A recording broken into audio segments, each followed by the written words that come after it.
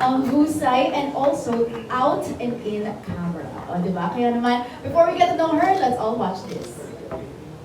More than just a familiar face and a household name, she is a singular talent whom we are all fortunate to witness on our screens. We know her from teleseries that millions of viewers love, taking on roles that define her brand as an actress who is both alluring and graceful. Among these are her acclaimed lead performances in Sabel and Maria Mercedes.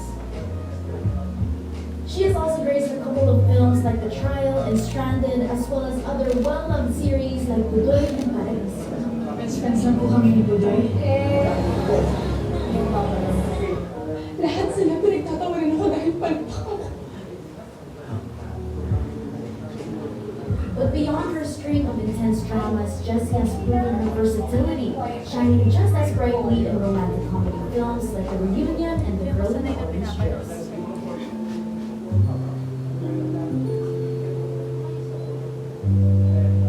Oh my God. For a time, Jessie stepped away from the spotlight, choosing to focus on her personal life and family. Now she marks her much-awaited television comeback after nearly 6 years, candidly sharing that she thought she would never make a return. That is why she remains deeply grateful and still adjusting to coming back.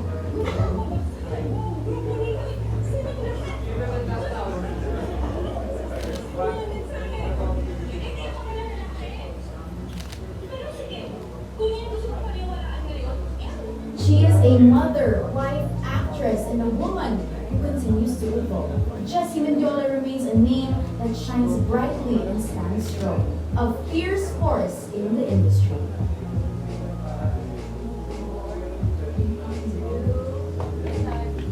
Ito na mga kapamilya, it's time to welcome one of the most beautiful actresses ever. And syempre guys, finally, she is back on the screen after 6 years, I believe, Ate Jessie, diba? Kaya naman, everyone, let's give it up for Jessie Mendiola!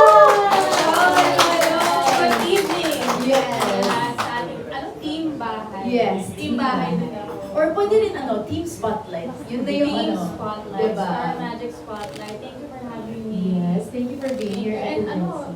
sa ating mga kaibigan sa ating press, ayan, magandang gabi sa inyo. Magandang gabi, Bunch. Hey! I love it. Thank you, Ate Jessie, for being Hello, here. hi, Ana. Gusto ko lang i-share, guys, na yung first time that I've ever spoken to Ate Jessie, nung high school ako, wow, I called her and si Kuya Luis. Hindi, I called her and si Kuya Luis nung fresh from the breakup. Yes! Fresh from the breakup, yun lang. I Nagiging was, siya ng advice sa amin. pero syempre, first boyfriend ko yun that time. So, syempre, So, hindi na kayo. Hindi So, hindi nag-work ang advice na ito. Hindi, 8 years ago na yun. Ay, super long ago. But then, again, grabe talaga. So, I super admire you, Ate Jessie, and also Kuya Thank you. Luis. How are you, Ate Jessie, after, of course, you're finally back after 6 years. How is everything right now for you? Wow, grabe. Actually, first time na natanong sa akin ngayon. Really? After 6 years, parang tinatanong, kasi recently, di ba, nag-launch yung show namin, tapos may mga press con, ganyan. But like, every single time na maitanong sa akin yan, hindi ko alam yung isasagot ko, kasi ang daming nangyayari ngayon. And, I guess I'm at a point where I'm just really grateful, I'm happy. The word is I'm content. Ano nga yun? I'm just really thankful for my journey. I rested also sa showbiz. I've healed. And I'm so happy to be back. Alam mo yun, yung nakikita ko yung mga katrabaho ko, yung mga kasama ko din sa industriya, I'm really happy. And yun, I guess the word is happy. How things are.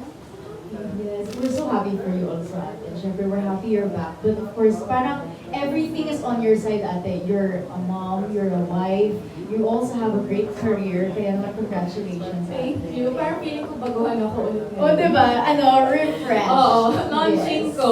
Yes, Kaya nga. exactly. This is Ate Jessie Mendiola's launch, her debut. Exactly. Pero syempre, Ate, I would like to know also, your life as a mother and a wife. ngayon naman that you're back, syempre, iba na you're back on screen. May time ka na for dating, and less time na for family, and you're also coming from the south, medyo malayo din po. So how is that naman ate, balancing time? Yes, actually hindi naman less time for the family. Kasi yun nga, I always tell people, parang how do you even manage your time? Kasi teleserye, sobrang taxing yun sa oras, di ba? Yung pagkunin talaga yung oras mo, yung buhay mo. And I'm really grateful to, of course, my handlers, to Star Magic, to Kuya A. Marquis, Star Magic, to Cory, the whole managing ABS-CBN management, JRP Productions. They're very, very considerate when it comes to my time. And they know na I cannot go beyond my cutoff. Kasi I need to be functional the next day for my daughter, for my husband also. So, talagang important sa akin na ito lang yung oras ng trabaho. And then, the next day, kailangan physically in there with my family. So, I'm really grateful lang. It's been super hectic kasi our show just started airing. And we're still taping, of course. Tapos, ito yung mga promotions, yung mga guestings, mga events. Tuloy-tuloy na siya. And, I guess you're right. Talaga, you just really have to balance your time. It's time management. And everything just will fall into place. Ate, congratulations on Thank everything you. again. And you mentioned, of course, we all know that your husband is Kuya Luis. Yes. Who just Huh? recently campaigned. Who recently campaigned, Yes. he ran in Batangas, ate, and we're so sorry for the short, Oh, no, for it's falling short, okay. ate. It's okay. But how was that like for you guys, siguro, as a couple? How were you able to get through that loss, ate? You know, nung time na dati kasi, actually matagal na kasing tinatanong si Luis na pwede ko lang tumakbo. And I would always tell him na no, okay, we're okay. Like, mahirap talaga pasukin yung mundo niya. Kasi showbiz naman, alam natin na medyo mahirap na nga eh. Kumbaga, maraming nangyayari. And mas lalo na yung politics. But you know, si Luis kasi, he has this generosity. You know him, di ba? His heart is really big, and for me, who am I to stop him from doing what he wants to do, especially when it comes to others, like helping people, and actually, helping others through a different platform. So I always tell him, sige, I will let you run, but sana, di ba, you stay true to yourself. Di ba? Why are you running? Why do you want to pursue this? So, yun yung nangyari, kaya tuloy-tuloy. But para sa amin, hindi lang talaga kami pinalad, hindi binigay sa kanya. But he's still there. He's actually in the Batangas with his mom. And alam ko, he will do his best to actually be able to do kung ano yung mga nasabi niya sa mga tao. That's him. He's a man of his word. And I'm really proud of him with time. So kahit hindi binigay sa amin, okay lang. Kasi it's like a door open for him. And I guess, kung magtuloy-tuloy man siya doon, kahit man maupo, hindi, he's still doing his part. Diba? As a Filipino citizen, as himself, actually. And parang ngayon, ate, Nagpapawisan ako sa mga natin, ha? Mga Yes. chikahan natin. oh, di ba? Mamaya meron na tayong questions from the media. Ate Okay, Jessie. okay, okay. But then, Parang mas papawisan oo. ako doon. Oo. Ay, Hana Mallorca, ingatan mo si Ate Jessie. Charis. Ay. But of course, Ate Jessie, earlier you mentioned na parang, for me, I feel like I view this as Kuya Luis is able to hit two birds with one stone. He's able to host mga shows pa rin, but at the same time, still be a servant. Sa, be of service sa Batangas. I think they mentioned na yung mga promise niya, he is still pushing through them kahit with the loss. Yes. So that's very good. Yeah, Congratulations. kaya lagi ko sinasabi, I'm very proud of him for still being there. Kasi may iba diba lumatapos, tapos pag hindi pinalad, wala na. Siya is still there. And for him, it's a learning process. He's the type of person na, if sinabi ko to, gagawin ko to ng buong puso. So, yun pa lang, panalo na. Panalo na.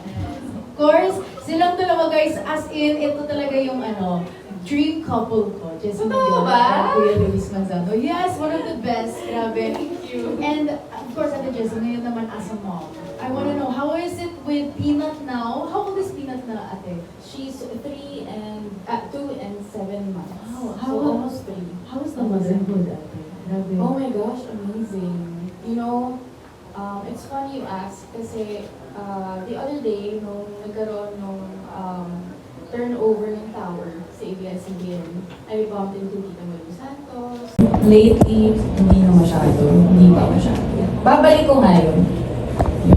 Siyempre, busy ka din naman. Pero when you decided na to go back in acting, meron bang mga restrictions si Luis? Walang restriction si Luis. Palagi naman niya sinasabi sa akin, if kailangan sa eksena, like romantic scenes or kissing scenes or basta ano siya, crucial para sa storyline, kailangan mo pa rin gawin. Sabi na, hindi na ako bago sa ganyan, yung mommy ko nga, tsaka yung daddy ko, bata pa ako, nakikita ko na kung sino-sino yung mga ka-eksena nila. So, sabi niya, it's okay as long as you're comfortable doing the scene, go for it. So, hindi naman, walang restriction si Luis. Pero kailangan mo munang ipaalam, syempre. Pag-usapan na are they having a kissing scene with this leading man? Hindi, more of like sinabi ko na sa kanya kasi tinanong ko na siya before ako nag-yes sa pagbabalik. Tinanong ko siya, okay lang ba sa'yo na may mga romantic scenes, ganyan.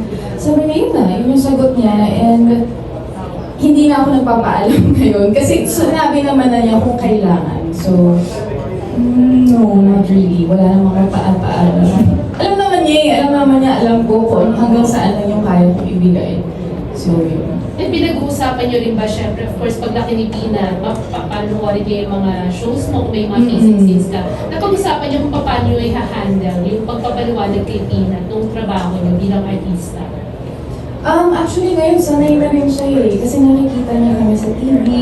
And kahit siya, parang, hindi mo din siya itong batang to. Kasi mahilig siya kumanta, mahilig siya sumayaw. Pero, I don't think naman it will be hard. Kasi si Luis naman ang galing din doon. Both of his parents are showbiz royalties. So it won't be hard for us because, kumbaga, masasanay din siya. Ang mas kinakabahan ako, yung mga hindi din totoo ng mga chismis. Tapos makikita niyo online, yung mga fake news, doon ako mas kinakabahan. So, but ganun talaga, internet is forever, ika nga. So, just be careful whatever you put out there. Ayun na nga, di ba? Siyempre si Peanut, exposed sa social media. Wala bang chance pa or wala pang time na ano siya, na parang na AI o nagawa ng fake na ano? Hindi naman na AI, but more of like nagagawa ng fake news. And syempre, hindi mo din mapipigilan yung mga ganun. But we try our best to track them down and to teach them a lesson. So, for me, kaya din hindi ko din masyadong ina-expose si Bagets online because I know what to put out and what not to put out there. But you know, hindi mo mapipigilan din yung pag-post ng picture, di ba, mga videos, because anak naman din namin siya. Ayaw naman namin na hindi siya makita ng mga tao because eventually lalabas din naman siya. So, for us, it's not like we're super comfortable with it. We know our limitations. But si Luis kasi grew up like that eh. Kumbaga si Luis kasi, di ba, he's been super exposed. Kahit nung bagets pa siya, di ba, I love you, Lucky, yung gano'n ni Momski. So, sanay kami sa gano'n. We just control it. It's a super cute naman ni Peanut. Nakakinain naman na hindi exposed, di ba? Natutuwa ako na maraming nagmamahal sa kanya. Gano'n na lang, let's put it that way. Last na lang, Jessie, how do you feel and how do you support Luis now? Kasi I heard from Ate B nga na instead of 3 shows, 2 shows lang yung tinanggap niya sa ABS-CBN to give way para makatulong sa Batangas. Actually, 3 shows naman talaga siya. But ang ginawa lang nila ngayon ng ABS-CBN management for Luis is isa-isang show na lang muna at a time. Kumbaga, hindi naman totally na hindi na niya gagawin yung ibang shows. But it's more of like, ita-timing lang ng maayos. Para then, he can accommodate helping his mother in helping Momski in Batangas. So, hindi naman yung may tinanggihan na show or hindi na gagawin. It's just, yun nga, again, time management para magawa din yung both. And ikaw, syempre, todo support ka naman kahit anong decision nila ba. Oo naman, and hindi naman na rin matatanggal sa amin ng showbiz eh. Kasi mahal naman din talaga namin yung industriya. Babalik at babalik kami. But you know, may mga bagay din na like for him, siguro it's a calling for him to be able to help others. And I'm sure sa mga nakatrabaho ni Luis sa ating industriya, even kayo, di ba, kilala niyo siya, siya yung taong tutulong ng walang hesitations. Yung ibibigay niya kung ano yung kaya niya, kahit pa galing sa sarili niyang trabaho, sa sarili niyang kita. Kasi ganun kami ever since eh. So, yung mga nakikita nila online, yung mga sinasabi niya sa campaigns, totoo yun na talagang gusto din niyang tumulong. And I'm really happy, I'm really proud na it's more of, at this point, he's learning more. And I think that's very important if you want to pursue politics or public service. Diba? Thank you, Jessie. Thank you. Thank you. Thank you, Miss Janice. Fresh Miss Janice. Yes. Hello. Ate Jessie, gusto ko lang malaman. I was observing her kanina. Grabe yung skin. Talaga ni Ate Jessie. Ano bang skincare mo? Skincare ko, sa totoo lang, ngayon wala. Hindi ka nagawa mo. Hindi, I'm really, I really research about products Yes. na bagay sa akin. And when that product talagang okay sa akin, I stick to it. Hindi na ako nagpapalit-palit. Even makeup. So, for me, as long as you eat healthy, you drink lots of water, you work out, you get to sleep 8 hours. Complete 8 hours. Magiging maganda talaga yung skin mo. Gagawin ko na yan. From the advice. Bata ka pa Of naman. Miss Jessie Mendiola. Maganda din naman skin mo. Hindi, kailangan Jessie Mendiola levels. Wow! But of course, Ate Jessie, now, ngayon naman, we would like to call on Richard Paglikawan of Lionheart TV, who has a few questions for you. Yes, okay? yes. Go ahead, Sir Richard. Good afternoon. Good afternoon. Miss Jessie, 6 years pala yung... Yes, almost 6 years, yes. So, paano mo kinondisyon yung sarili mo sa pagbabalik mo ngayon? Siyempre, kung yung regular schedule mo, from being a mother, ganyan, Yes po. nagbago, as in totally jam-pack na yung paano mo yung lahat? Pinaghandaan. Yeah. Yun na sinasabi ko eh, when it's really meant for you, it'll all fall into place. And for me kasi hindi lang din talaga ako sobrang naghanda. Parang nangyari na lang siya. Kasi mas nakafocus ako ng campaign eh. Mas nakafocus ako na kailangan ko samahan yung asawa ko, ganyan. So, nung dumating na sa point na magsa-start yung show ko, nagulat na ako, start na pala tayo. And it's more of yung mga katrabaho ko. Sila Direk FM Reyes, sila Miss Julie Ann. Sila yung naghanda sa akin para makabalik. And of course, Star Magic, talagang parang kinondisyon nila ako na, okay, ito, yan si Kuya A. Nag-meeting kami, ito ha, magsisimula na tayo, ready ka na ba? So I conditioned myself na okay, makukuha yung oras ko sa taping, but I also have to be healthy. So, it's more of that. Mas hinanda ko yung mind ko, hindi physically, kasi kahit naman nung kakapanganak ko lang kay Rosie, nag-alaga na rin talaga ako ng sarili ko eh. But yun nga, mental, mind conditioning talaga when it comes to work. So, yun, more of that. Yun yung ways kung paano ko naghanda. Yun na yung also observe na parang ito na yung pinaka-sexiest. Talaga ba? Yeah. Thank you. Kung kailan ka talaga nagkaroon. Kakahabol ng bagets. So, anong secret? Oh my gosh, I wish I had a secret, pero wala. Ano talaga, happy na talaga ako. I guess pag happy ka, talagang lumalabas yun eh. You learn to take care of yourself more. And for me, important talaga na maalagaan ko yung sarili ko. Not only for myself, but of course for my husband and for my daughter. For my family. So sabi ko, kailangan hindi ako hinihingal pag hinahabol ko si Bagets. Kailangan talagang, yung kahit puyat ako, mabilis akong kumilos, kahit pagod ako, may energy ako. So it's just really about taking care of yourself. So baka kaya lumalabas kasi happy ako sa family ko. So, how's your diet? I don't have a diet. But the secret for me Ayun pala, may secret ako. I eat small meals throughout the day. I cannot go on for like the whole day na walang kinakain masyado. But I also cannot eat a lot ng isang biglaan. So for example, like in the morning, I eat breakfast, and then after breakfast, may snack pa ako. After ng snack, lunch, meron akong merienda, tapos dinner. Ganun ako sa buong araw. Hindi pwedeng walang kinakain, in short, ganun. Basta small meals. Small meals. Kaya siguro ako pumayat. Kasi nababurn agad. Yun. Thank you, Jessie. Thank you. Thank you, Sir Richard of Lionheart TV. Okay. Napaka-lifestyle lang yung entertainment. I love it. Thank you so much, Sir Richard. Ngayon naman, we have here Mr. Roland Castro of Abante Tonight. Nako, parang kinakabahan ako. Hello. Hello. Ang first question ko lang, sabi ni Ate Bing, gusto niya si Peanut makasama, dream niya sa isang commercial. Una siya kaysa sa inyong dalawa. Opo naman. No problem yun sa akin. Magkamukha nga sila eh, di ba?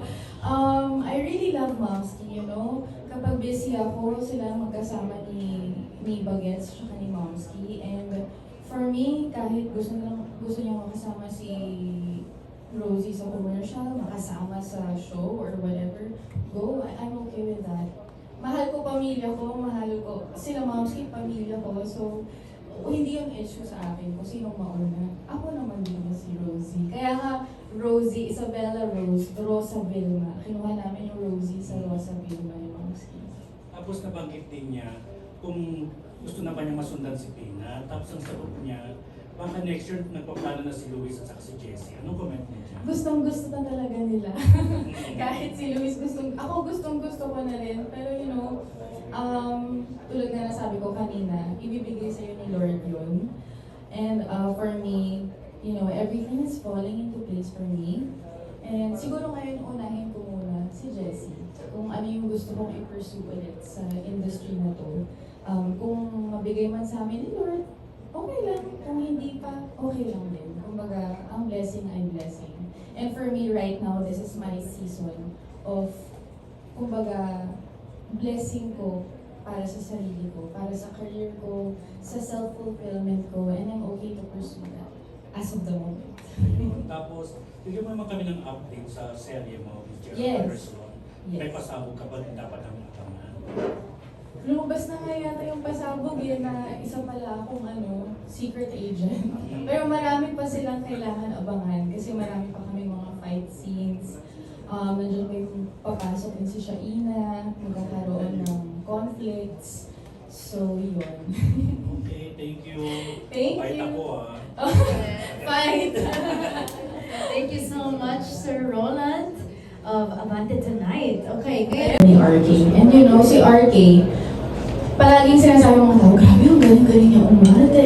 And now I know why ang galing niya umarte. Because when you talk to him in real life, talagang iba yung paningin niya sa buhay. At ang dami kong natututunan din sa kanya. So I would always tell him, you know, I'm happy to be working with you. And napakagaling niyang actor. Yung mga scenes namin together, kasi mag-asawa kami sa Sins of the Father. Yung scenes namin together, talagang he's this type of actor na ang ganda ng energy niya, ilalabas niya yun tapos ibibigay niya sa'yo. So ang ending, ikaw din, matatanggap mo yung energy na yun, ibabalik mo sa kanya. So laging ang ganda ng dynamics namin sa scenes namin. So yeah, si RK. Hi RK! Hi Jamie! Yes. It mas nakaka-relate. Kasi when we talk, we always talk about life, we always talk about, you know, our dream projects. So, mas nakaka-relate kami sa isa't isa doon sa part na yung sinasabi ko lagi na perfect balance pagdating sa trabaho. Siya din sinasabi din niya sa akin na ang hirap din talaga kapag ka 24/7 umaarte ka. Kasi hindi mo nabibitaw. And I'm sure it's extra hard for him because he's a really good actor. And siguro na uuwi na yung mga roles niya. Kasi character actor din si RK. Talagang, kita mo na he really loves his craft. So siguro na uuwi talaga niya. And yun yung sinasabi niya sa akin, important pala talaga, no? You have this fine line between work and life, your personality. So yun. Talaga yung kung galing talaga sa'yo eh. you know, I can't even believe na I created a life inside of my belly. So, yun ang tinuro niya sa akin, yung love talaga na, unbreakable love talaga. What else? To be patient.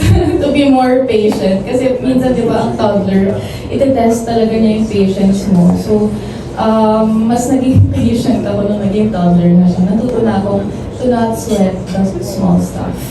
Piliin mo na lang kung saan ka masustress at saan hindi ba. Choosing your battles. Yes. I love it. So cute, grabe. Parang I can't wait kung dalawa na sila, no? Talaga? Rose and Melanie Sopa. So exciting. There, we have another question, Ate Jessie. How do you manage your time and energy between being a hands-on mom and professionally sa mga projects mo? Ayun, time management talaga. I make sure to balance things out. And pagdating sa oras, I'm very strict when it comes to working hours. Which pinagbibigyan din naman ng production. I'm very grateful for that. So yun, for myself naman, I make sure to be able to work out, to do things I love, you know, going out with friends. Also, it's very important for me also as a person. I mean, hindi ka lang, you know, motherhood doesn't entirely define you ng iisa lang na dimension ng buhay mo. Marami yan eh, maraming facets ng buhay mo. So, for me, motherhood is isa lang dun. Maraming klase si Jessie Migliolo. Kumbaga, I really make sure to give attention also to my needs, to my own needs. I love it. Thank you so much. Ate Jessie, Mercedes. Pag binigay yun sa akin ngayon, feeling ko mas mabibigay ko ng 100% yung emotions, yung sensuality. Kasi syempre, ang dami ko na rin napagdaanan, nanay na ako eh. So I know, di ba, for me, feeling ko mas malalim yung nabibigay kong acting doon. Yung bilang Maria Mercedes, mas mapapaganda ko pa. So, yun siguro. Pwede pa ba? Pwede pa ba ako mag-Maria? pwede pa! Sabi! I love it. Okay, Maria Mercedes. So, Sense of the father, actually hindi dapat yun yung story namin. But you know, si Gerald, matagal ko na siyang nakatrabaho and it's been fun working with him. The role itself and the storyline of the show, it's very relevant now, di ba? Scamming and also, you know, the family drama. So, kaya ako natanggap kasi talagang ang ganda ng role din ni Agnes. And si Agnes kasi I've never done something like that before. Agent pala, tapos namatay ng anak. Mas nakaka-relate ako kasi may anak na ako. So sabi ko, maganda siya talagang medyo, kahit pa paano mother role siya. Kaya ako talaga. And of course, parang 2019 din yung last movie mo, Mata sa Dilim or Stranded. Tama ba? Yes. Pag-isip, 6 years ago, yes. Is there a plan to do something on the big screen? I really want to do a film after the show. Sana may kumuha sa akin. But actually kasi meron din mga nagpipush sa amin ng movies. Kaya lang, for me kasi I really value my time with my family also. So, one at a time. Di ba? Yeah. One at a time. I'm really grateful na meron din talagang kumuha sa akin. But sana after the show, gawa ko ng movie. Okay lang ba kung kayo ni Luis ang magkasama sa movie? May mga couples kasing ayaw eh, di ba? Kayo Oo naman. Sabi ko nga kay Luis, sana nga mag-sitcom kami. Yes. Sitcom, kasama si Pina. Kasama si Pina. And you know what, ang pangarap ko din talaga, kahit isa lang po Lord ng movie, kasama si Momsen. Sana makatrabaho ko siya. Kasi si Tito Edo, si Daddy, yung lagi ko na nakakatrabaho sa Provinciano, sa mga soaps ko before. Pero si Moms, he never pa eh. So sana when she's less busy. Jessie, ano lang, kasi nung tumakbo si Luis, di ba Yes. nawalan siya ng mga shows kasi syempre bawal siya. Tapos ngayon nga na lesson din yung show niya. Parang isa ba yun sa mga reasons din kung bakit ka nagbalik showbiz to help him financially? Actually, no naman. I've always been vocal about it. Luis is a good provider. And talagang kahit pa mabawasan yung trabaho or hindi, naalagaan talaga kami ni Rose. I'm very grateful for that. Pero yung pagbabalik ko ng showbiz, it's more of like yun nga, for myself. Kasi Kasi marami pa akong gustong gawin. And para sa akin, now is the perfect time. Kasi kumbaga, di ba before, kasi kilala niyo naman ako, nung bata pa ako, laging bothered, di ba? Laging ang daming problema. But you know, maybe that's the reason why I rested, di ba? To heal. And now I'm healed. Iba na yung perspective ko sa industry. So for me, now is the perfect time to actually do more projects. Kasi mas tanggap ko na ng buo yung sarili ko. And mas maganda yung gagawa ka na ng iba-ibang role because you're so sure of yourself. Hindi ka na malilito kung nasa ano ba talaga dapat na talaga. So yun, but to answer your question, no. hindi talaga. And then ngayon, kasi parang tuloy-tuloy yung taping nyo ng ano, di ba? Sins of the Father. Sins of the Father. What if during the period ng Sins of the Father, mabuntis ka? Wow. Kung ibigay ni Lord, bakit naman hindi? So willing kang iwan uli ang showbiz career? Iiwan ko yung showbiz ng mga 10 months. Hindi kaya ko naman mag-work kahit preggy ako. Okay lang naman. But syempre wala nang action masyado. Pero I'm still very much into work. Kahit nung time na nabuntis ako kay Rosie, tuloy-tuloy pa rin ako nag-YouTube, tuloy pa rin ako nag-produce ng content. So, hindi naman ako masistop. Tamang timing lang talaga.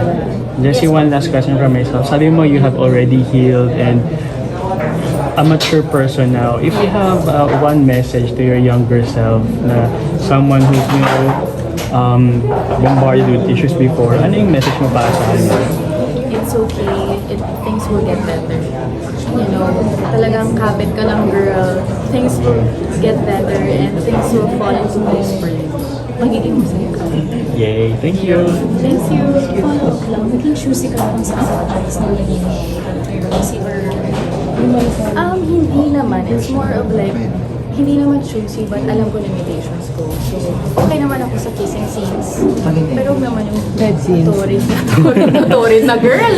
Diba? Yung, ano ba yung term na yun? Pag torrid, yung talagang... French kiss? Oo. Hindi naman nagpa-French kiss sa TV eh. Ano ba yung lap-lap?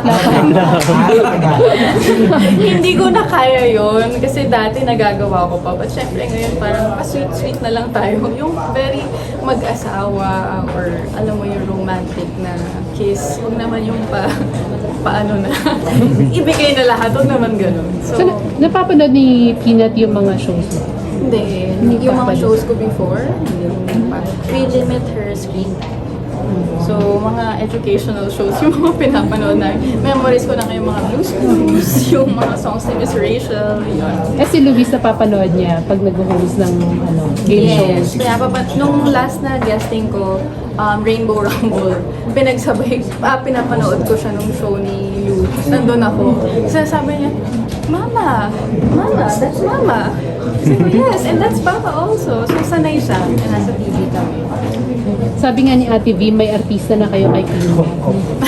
Ano siya, very vivo na bata. Hindi lang masyado nakikita ng mga tao because I really don't put her out there. Pero sa mga vlogs ko nakikita naman, mahilig kumanta, mahilig sumaya. So right now, kasi sabi ni Ate V, may mga offers naman na commercials. Yes. Kailan nyo i-allow si Peanut para magkaroon ng...